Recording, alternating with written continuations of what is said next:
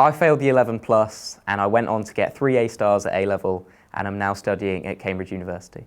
When I hear that people say the 11 plus is a fair system, my main thought is, what about the others? What about those who weren't selected? What about those who failed the test? What happens to those people? What happens to their careers, their lives, their happiness? It's a neglect. When I failed the 11 plus, there was definitely a negative impact on me and my peers. Now, within the town, the grammar school and the secondary modern were really close to each other. And so this meant there was a lot of mixing. And so the differences between the two schools were pronounced quite a lot. And there was definitely a sense of inferiority in the students that were at the secondary modern. Now, it didn't help that the grammar school students were explicitly told by their teachers that they were in the top 25% of the country, that they were better, they were chosen, they were almost the chosen ones who had been separated from the rest. I strongly disagree that the 11 plus assesses academic ability correctly and fairly.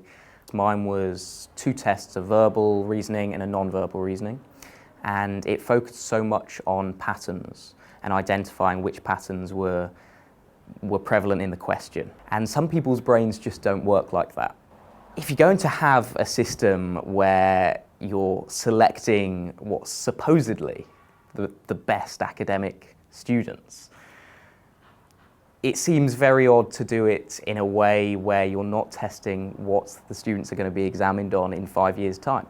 For politicians to suggest that bringing back grammar schools is the right thing is simply absurd, and I just can't get on board with it. It's for a start with, you go from the 11 plus, which is inherently a tool for social immobility and perpetuates the middle class, particularly when you're talking about tutoring and this access to training to pass the 11 plus, which a lot of people can't do. And social mobility is meant to be about a fair leveling up and a fair playing field when climbing the social structure, really. And that platform's just not there with the 11 plus, just through its very nature.